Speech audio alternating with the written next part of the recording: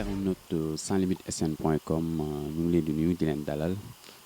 di rafetlu seen ànd ak programme sans limite sn.com yi tey ñu ñëwaat fii seen émission l'interview di dalal benn journaliste un jeune journaliste un chroniqueur fële ci 2STV Pape Djibril Fall ñu gën ko xam ci PDF Pape Djibril ñu ngi lay nuyu. maa ngi lay nuyu bu baax Junior di nuyu sa équipe bi nga àndal ñoom Bachir di nuyu équipe bu sans limite yëpp di nuyu tamit seen internautes yi di leen di rafetlu liggéey bi ngeen def ci en ligne. Pape Djibril Fall nekk benn jeune journaliste boo xam ne qui commence vraiment à émerger comme on dit ñu bëggoon xam rek en quelques mots nga revenir un peu ce parcours ci presse bi. Question boobu lay gën a daw le plus souvent ndax parcours bi daanaka bariwul amagul solo dara maa ngi doog a génn di tàmbalee jàng nii rek ci samay balbutiements mes premiers pas ci laa nekk yàlla suñu borom nag defal ma sutura donc 2011 la jàll ci concours bi nga xamante ni moom mooy concours CESTI bi ma paree yàlla defal ma sutura aussi ma jaar ci école yu mag su ma waxee école mooy ay organe de presse bu ci mel ni agence de presse sénégalaise nekkoon école ci man ma fekk fa ay kilifa yu mag ci wàllu journalisme xarañ surtout rigoureux bi ma fa jógee yàlla defalaat ma tawfeex ma dem fi nga xamante ni moom mooy rajo Sénégal International ma pare foofu aussi yàlla suñu borom defalaat ma tawfeex ma dem fi nga xamante ni moom mooy télévision nationale foofu tamit nekkoon une institution pour man nekkoon école pour man et que donc ma jàng ci daal loolu daal mooy parcours bi ci wàllu tas xabaar ba ni nga xamante ni noonu laa ñëwee ginnaaw bi dem na dans le cadre de ma mise en situation professionnelle ci wàllu communication institutionnelle ak communication des organisations jaar naa fi ci ay structure ba ni ma ñëwee am benn pas continuer am benn pas ci fi nga xamante ni moom mooy 2STV di fa def li nga xamante ni nag moom laa bëgg moom mooy suma passion muy la télévision di jàpp ne brèche la daal ngir waxtaan ak sunuy morom suñuy nitu génération assumer responsabilité de génération. Pape Djibril Fall nekk chroniqueur fii ci télévision bi ñuy wax 2STV ñu gis ngay saytu di addu aussi lu bari ci wàllu politique ñu gis instant bi Sénégal climat politique bi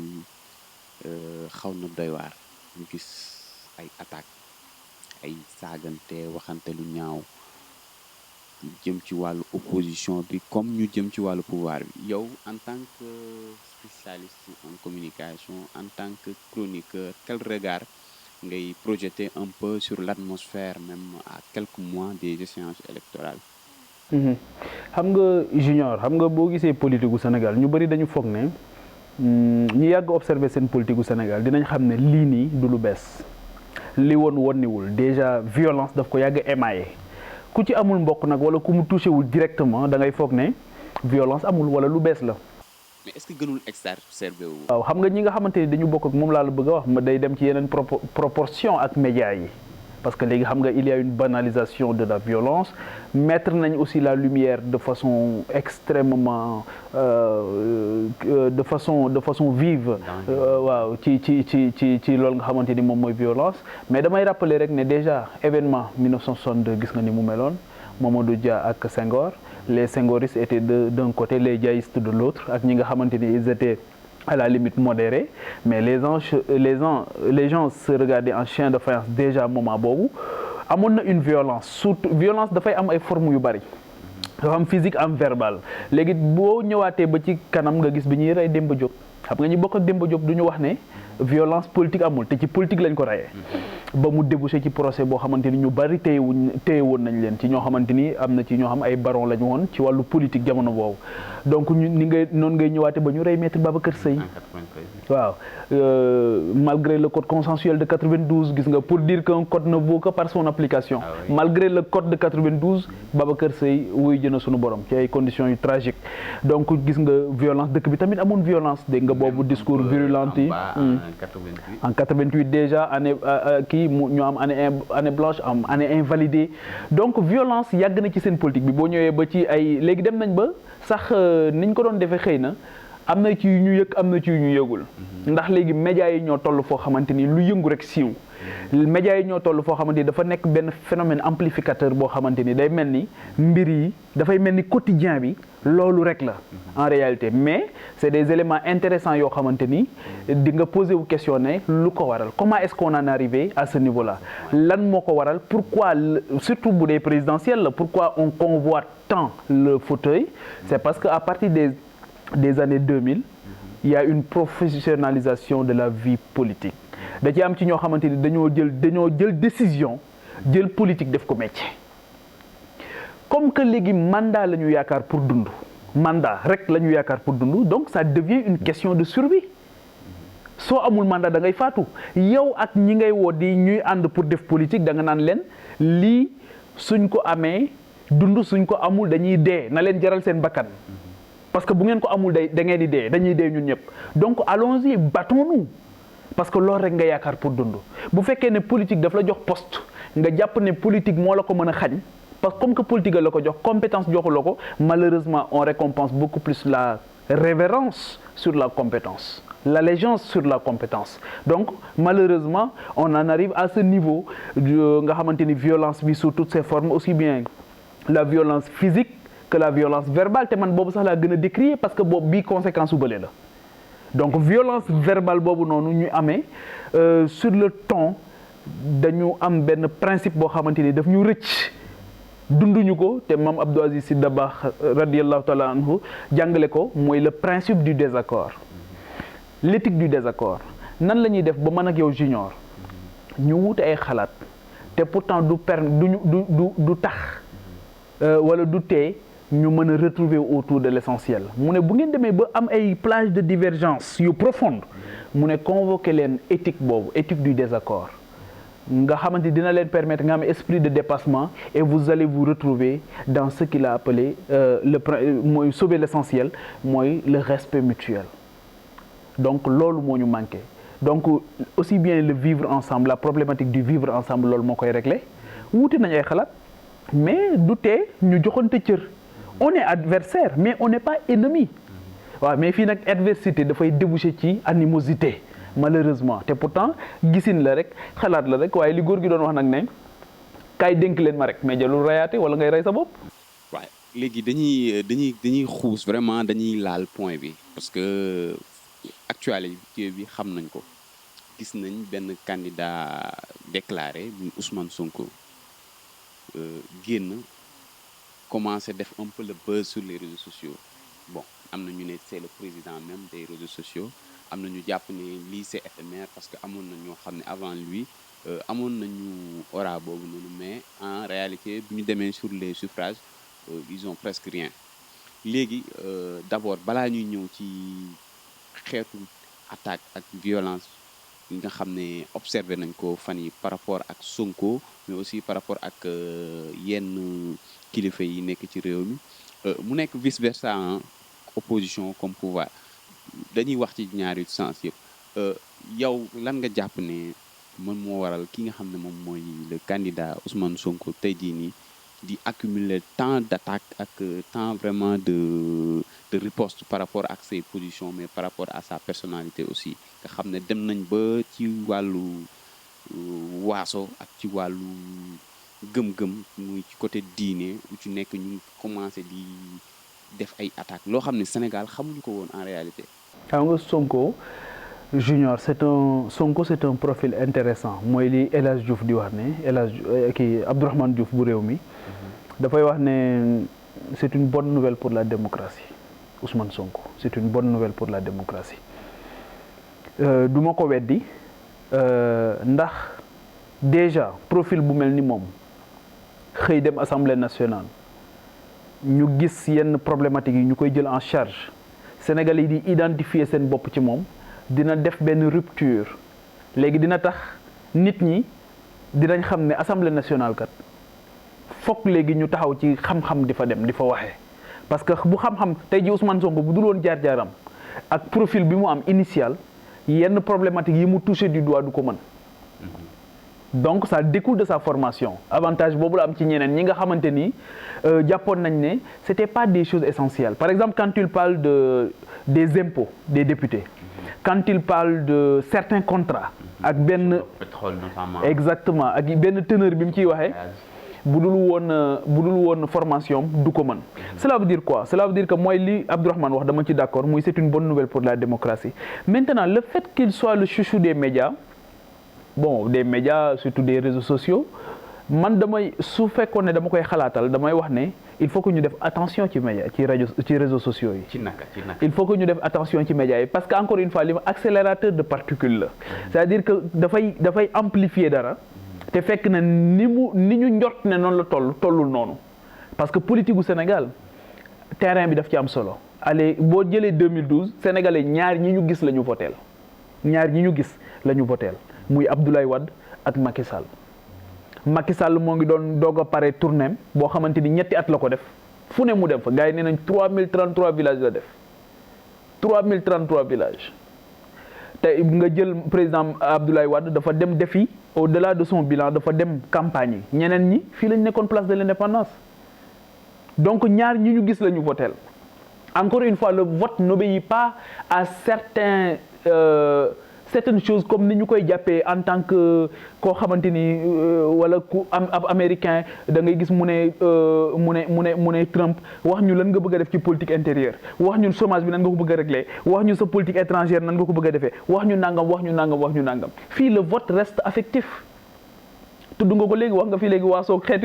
yooyu yëpp dafay jouer. Est-ce que man ak moom ñoo bokk confrères yi mën na jouer. Est-ce que gis nga Idrissa Seck bi mu demee Touba am nu mu def ak waa Touba gis nga am na ci ay taalibe yoo xamante ni waaw am na ci loo xamante ni grignoté na ko foofu ndaxte loolu moom moo tax mais au même moment tu perds quelque chose ailleurs donc ay coup d'opportunité la. Mais pour revenir un peu ci sama question en réalité pour yow lan moo war a mën a nekk cause boobu noonu attaque yu soxor yooyu. que dafa jël place ñoo xamante ni ñoo fi nekkoon boobu ba tey depuis 1960 mooy les politiciens professionnels. ñooñu la jël seen place moo tax les coups viennent de partout aussi bien du camp du pouvoir que du camp de l'opposition bu fekkee ne du camp du pouvoir la xam nañ ne il y a un trouble fait qui est là moo ngi ñëw bëgg a salfaañe carte gi xale yi parce que enjeu wu élection yi ñu jëm mooy les primo-votants qui constituent 2 millions moom mooy enjeu bi te xale yi le plus souvent pour ñu voteel un régime sortant dafay xaw a jafe waaw dafay xaw a jafe surtout boo jëlee ñi war a am 18 ans nii bi Macky Sall di jël nguur gi boobu dindi ci juróom-ñaari at da nga ciy dindi juróom-ñaari at donc ñoo ngi woon ci 11 ans. C'était des enfants amuñu woon maturité boobu donc ñuy màgg lii ñuy def nii di ko tëgg ne pour 2035 la mën na leen bañ a intéressé li ñuy gis tamit ci seen bët li ñuy màggaale mooy dañuy gis ne il y a une tension sociale qui est là.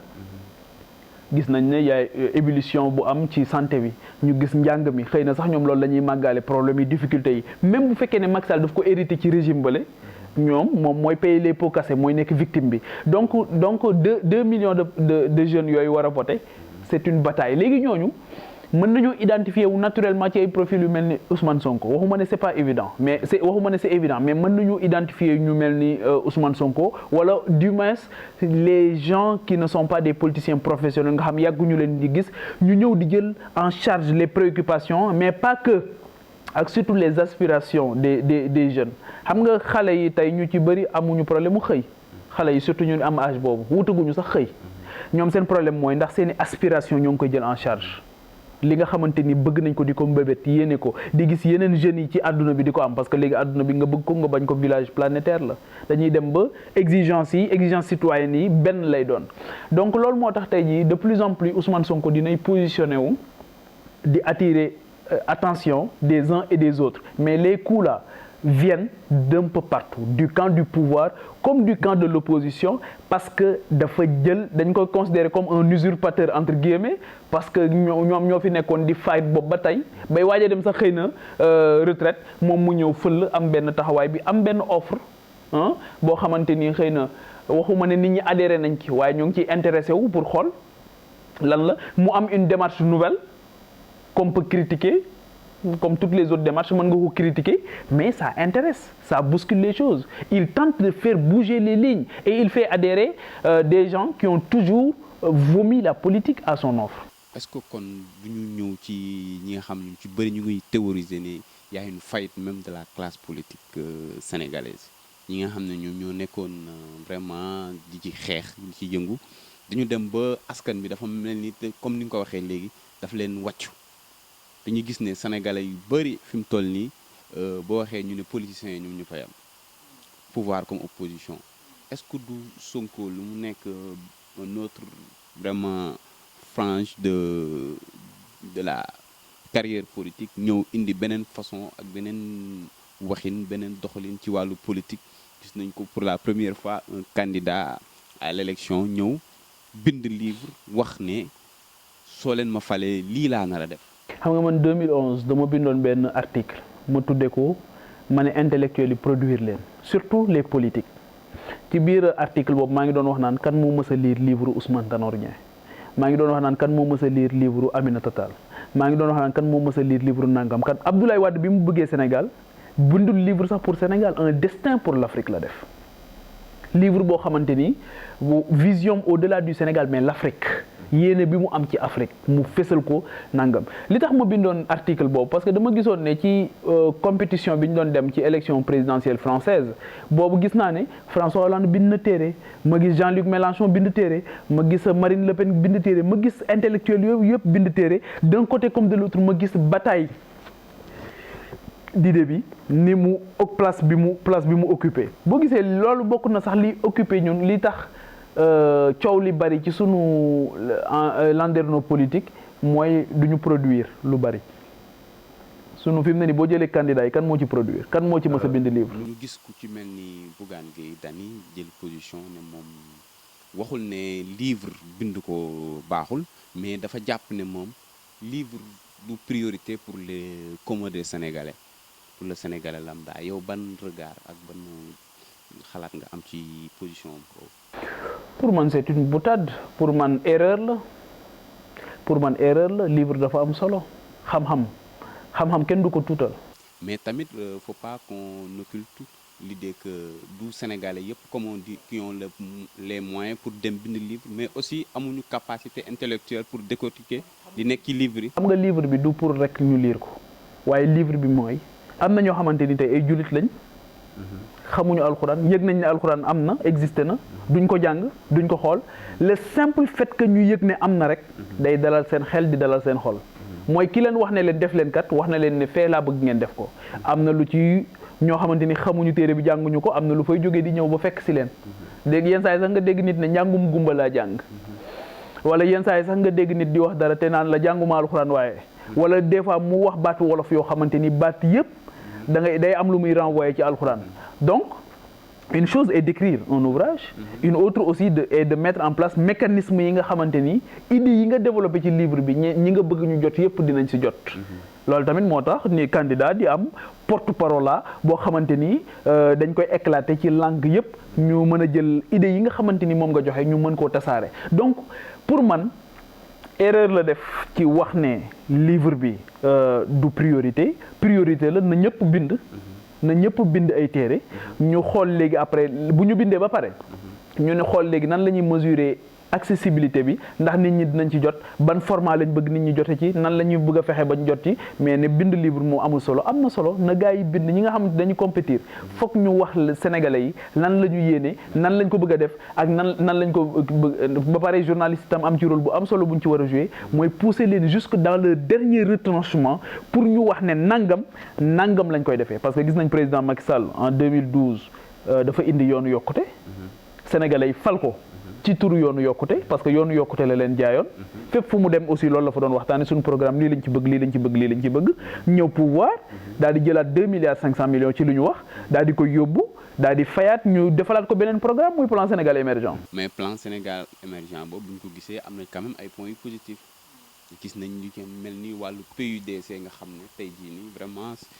ñëpp dañ nangu ne vraiment dafa nekk loo xam ne ni lu am solo la ci wàllu kaw gi ñi nga xam ne ñooy nekk ci population yi dëkk yu gën a sori instant bi amoon na leen solo yow nga xam ne mën nañ ne yow quelque part aussi am nga ay tentacule foofu noonu ndax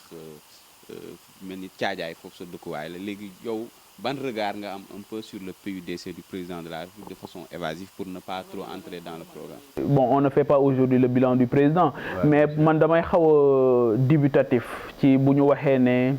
PUDC plan Sénégal émergent après ñu wax PUDC peut-être que borom xam-xam yi dinañ ñu ci leeral économistes yeeg planificateurs yi mais pour man PSE tey ji dañ ko fee bàyyi ne ñukk comme yàq bu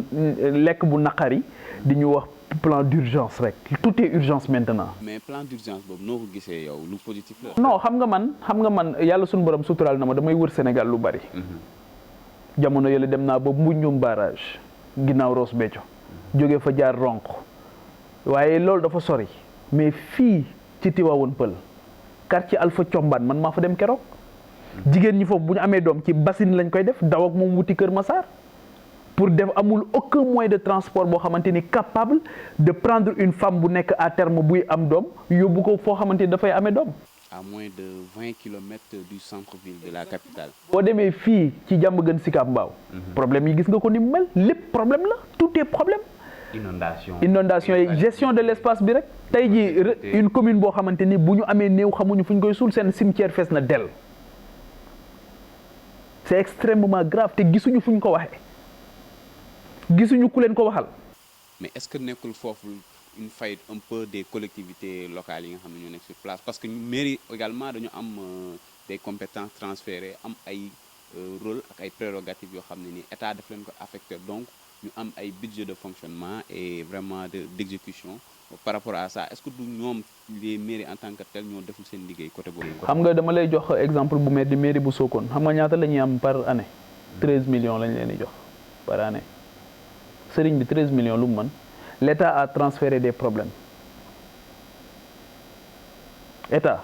fokk mu dem jàppale leen communes yi amuñu dara amuñu ressource lu ñu am il faut que ñu réfléchir sur d'autres ressources yoo xamante ni dina permettre communes yi ñu mën a suqaliku en réalité amuñu dara lan la ñu am à part taxes yi ñuy def juuti yeeg yooyu lu ñu am amuñu dara léegi kay dañu war a réfléchir sur d'autres formes de financement ay intercommunalité xool dans le cadre de la coopération décentralisée xool xeet yooyu nan la ñuy def ba développer ko donc loolu c'est un autre débat mais pour revenir ak li nga doon wax ci PSE beeg point positif yeeg yooyu pour man attendons l'heure du bilan ñu xool parce que am na lu bari loo xamante ni dañuy jàpp ne ndam la waaye pour man du ndam pourquoi aujourd'hui au nom de quoi les populations d'une localité lointaine devraient se contenter d'une piste rurale ci benn tali boo xam dañ ko bitumé comme diggante Fann Résidence ak Almadies. am na ñuy wax sax dem bay wax ne non c'est une honte tey jii nii bu ñu nekk en 2018 nit nekk dans le 21e siècle à l'heure où on parle de centrale nucléaire de vraiment de TGV ñuy bàkkoo ay forages. moo ngoogu de pour man daal amul ay sénégalais entièrement à part entière ak entièrement à part ñun ñëpp ay sénégalais lañ su li nga wax léegi loolu laa d'accord suñu classe politique pour man pendant longtemps ils ont tardé wala elles ont tardé cette classe politique elle a tardé à déplacer le curseur sur les véritables enjeux waaw pour man pendant longtemps dañu nekkoon rek ci taf yëngal ci xool nan la ñuy def ba dëppoo ak les institutions de Bretton Woods lu la FMI ak Banque mondiale wax defal nga def waaye audace bi nga xamante ni moom la ñu waroon am courage bi nga xamante ni moom la ñu waroon am ak dëggal seen bopp bi nga xamante ni moom la ñu waroon def je pense que ne dañ ko yéex a def dañ ko tardé def waaw parce que boo jëlee ba 2000 Sénégal Senghor wax na ko moom moo ko wax nee na je suis président par accident et poète par essence lan la def moment bi gars yi di développer di wër àdduna bi di développer seen dëkk yeeg yooyu je n'ai rien contre lui mais lan la def en réalité ñu bëri dinañ ne ma def na état de droit nangam sangam mais bon ça doit déboucher sur quelque chose tey ji Abdou Diouf bi mu ñëwee Abdou lan la def Abdou moom nee na il voulait être technicien des finances il n'a peut-être que c'est le meilleur profil bi nga xamante ni moom la France bëggoon pour Sénégal pour continuer li nga xamante ni moom la fi bëggoon mu ñëw def ko aussi ni mu ko war a defee respecté leen ba jóge fi dellu dem tëdd ca ñoom Senghor respecté leen ba jóge fi dem tëdd ca ñoom gis nga malheureusement le président Abdoulaye Wade def li mu war a def ba pare dem tëdd ci moom donc comment voulez-vous sunu ancien président yëpp chef d'état yëpp immigré dem tëdd foofu ñu ne xale yi bu leen dem toog leen ñoom ci seen bopp xam nañ ne tey jii président France ñemewul dëkki feneen ancien président France ñemewul dëkki feneen fu dul France ancien président États-Unis kazalika c'est rare de voir un Rwandais quelque part aujourd'hui dans le monde parce que chez eux ils ont pu garantir les besoins yi nga xamante ni moom la ñuy soxla bu ñu bëggee faju bu ñu bëggee am nañ sécurité bu ñu bëggee lekk bu ñu bëggee naan bu ñu bëggee def nangam mais tey jii sunu gars yi yëpp gis nga vidéo bi ñu fi wane fan yële le président de la cour suprême de la cour d'appel ñu wane ko mu dem di def check-up rek mu dem ba hôpital américain bu nayi suma juumul pour def ko foofu donc loolu mooy problème bi ñoom ci seen bopp yëg nañ ne dañu échoué. mais ñu gis loolu noonu pour bañ a génn ci parti socialiste bi nga doon wax ñu gis ne Tanor moom ñëpp xam nañ ne du information que ne jébbalu na ci président Macky Sall mais Khalifa Ababacar Sall mi ngi ci kaso bi ñoom Barthélémy Dias ñoom Bamba Fall ñu ngi kaas ne dafa war a bokk ci élection yi est-ce que jàppoon ni tey jii ni classe politique boobu noonu dañu war a abale vraiment ñu am un air de renouveau parce que mënuñu de 1960 à 2018 ba léegi parti socialiste mi ngi ci pouvoir nguur gu ñëw ñu ànd ak moom tey en 2019 ñuy aspirer à vraiment dem vers les vraiment rampes du développement parti socialiste ba léegi bëgg a imposer wu ne ñoom dañu bëgg a jëlaat nguur gi est-ce que yaakaar nga ni Sénégalais yi dépassé wuñu leen. xam nga Khalifa Ababacar Sall man li ma ciy wax dama ko waxoon bu yàgg ci par rapport ak procès bi ak ni mu jaar ak yëpp mais yàlla daf ma defal sutura congrès juin 2014 bu parti socialiste résultat yi su ma juumul ñoo ngi ko joxe woon le 6 juin 2014 boobu Aïssata Tall Sall dafa nekkoon candidat jàkkaarloo ak Ousmane Tanor Dieng Khalifa Sall moo nekkoon chargé de la vie politique booba bu Khalifa jàppale woon Aïssata xëy na tey débat bi sunu ginnaaw lay nekk Aïssata mooy nekk secrétaire général mais boobu xëy na Khalifa bëgg na place bi pour moom ñu arrêté le processus vote bi arrêté ko ba pare joxe résultat yi daanaka soxna si dañ ko humilier daanaka ban rôle la ci Khalifa joué woon yàlla rek moo xam pour man boo yar sa kuy su màggee yow lay njëkk a mbëkk Khalifa dafa bokk ci garde rapproché Ousmane Tanor Dieng dañu bokk ci ñi ko ak feu Khalifa Pape Ababacar Mbaye dañu bokk ci ñi ko taxawal ñi ko def une réalité il n'était pas une réalité politique au sein du parti socialiste. En 96 bokk nañ le congrès sans débat. waaw dañ ko contesté woon. exactement donc bëri sax. exactement parce que moom moo ko ëppoon légitimité junni yoon. et bien sûr Moustapha Niasse est parti Djibo est parti déjà dans un premier temps créé URD Jëf Jël ensuite beaucoup sont partis Mbaye Jacques Diop sa fameuse lettre bi mu defoon ouverte il y a Souti Touré qui était parti donc Abdoulaye Makhtar Diop moom tamit daal di fulminer au même moment donc ñu ci bari daal di décrier ñu wane très tôt ne Tanor n'était pas un rassembleur Tanor n'était moo tax compétition yi mu bokk yëpp son électorat dafa dégringolé te tey jii boo xoolee ba ci ñi ko wër mais ban aura la ñu am kan moo ci gagné fi nga nekk Serigne Mbaye Thiam fu mu gagné. bon am na ay kii quand même. fu mu gagné. bon Kër Madiabel la dëkk fan la gagné. mais Wilane kay gagné na. oui mais à l'exception de Wilane en fait Wilane s'est fait pas avec Tanor mais Wilane était déjà une réalité pendant longtemps tey jii boo jëlee Aminata Mbengue Ndiaye je n'ai rien contre elle mais elle appartient au passé nga jël tey jii kan encore kan moo fa des je suis désolé donc tey jii moom ñi ko ba ci ñi ko wër rek dafay expliquer ne est-ce que lii mooy parti socialiste léegi nag ñu étouffer énergie yi nga xamante ni nekk na ci biir parti boobu nga xamante ni c'est l'un des rares partis yi nga xamante ni am nañ école de formation am nañ nangam ñu leen daan tàggat ñu gisoon ne militant parti socialiste dafay brillant dafay am benn gis-gis dafay am lépp tey ñu bëgg a jël passé boobu yëpp bëgg ko mettre à la disposition d'un candidat moo tax li ci xew yëpp du bett kenn on va vers l'implosion de ce parti te commencé na déjà. léegi ñu jàll rek dem comme ci ñu ngi ci candidature yi Karim Wade président par WhatsApp pour ñenn ñi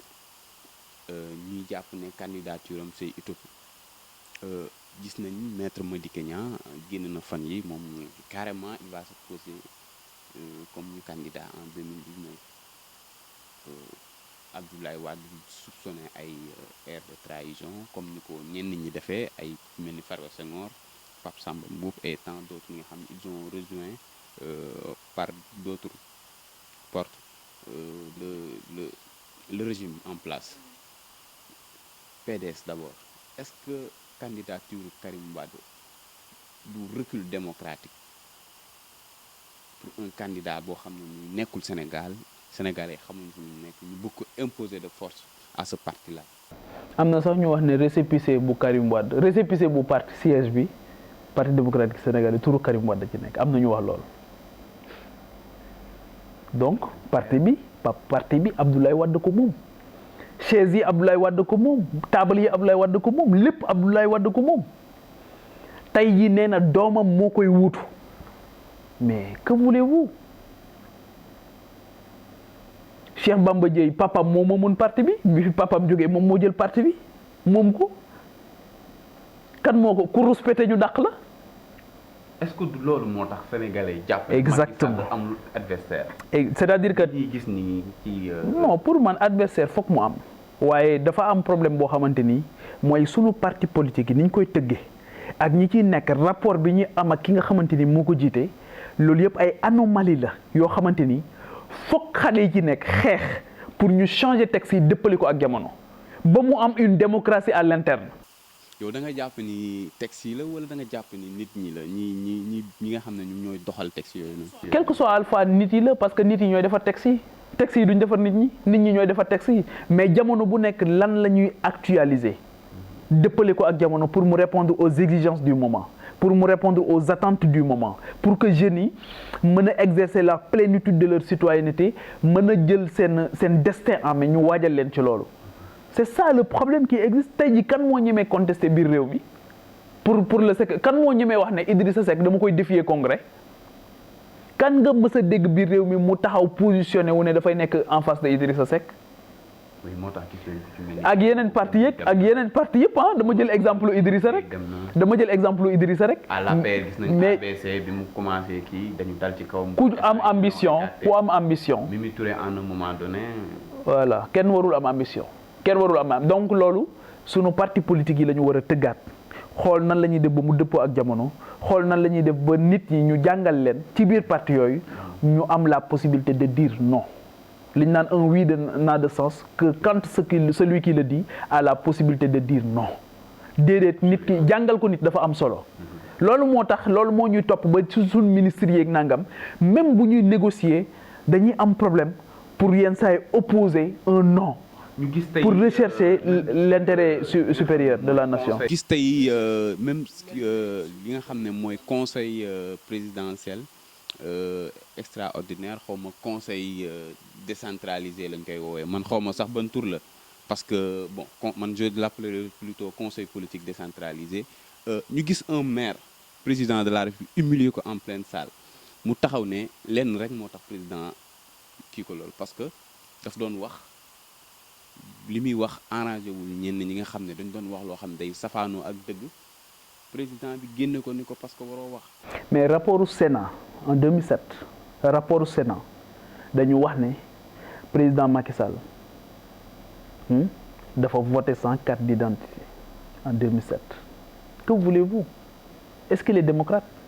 est-ce que démocratie am testé nañ ko lan moo tax Aminata Touré ñu am problème ñoom à un moment donné lan moo tax mu am problème ak Alioune Badara Cissé. lan moo tax mu am problème ak ses anciens compagnons yi nga xamante ni à un moment donné peut-être qu'ils ont dit non peut-être qu'ils n'ont pas été d'accord est-ce que nangu na ku ko wax déedéet moo tax sànq ma ne ñun li ñu gis mooy on récompense la révérence sur la compétence malheureusement donc pour man c'est une suite logique dans sa façon de faire nit ki mën na bañ a d'accord ak yow. absolument am na droit. dañu woo maire yi moo tax wax na ko maire bi yow ne maire bi je respecte ta position parce que tu es républicain mais comme tu n'as pas besoin de nous on n'a pas besoin de toi quitte la salle mais yow nan nga koy reconnaître ne il est républicain ba pare nga koy dàq. de façon humiliante. mais ku mel ni kooku la soxla koo xamante ni dese nga valeur parce que tey bari na ñu rallier fekki ko tey te gëmuñu ko yow xam nga leen man xam naa leen ñoo xam bu wéeteeg ñoom dañ koy wax lu doy waar te pour des raisons tey jii ay calcul politicien dem nañ ànd ak moom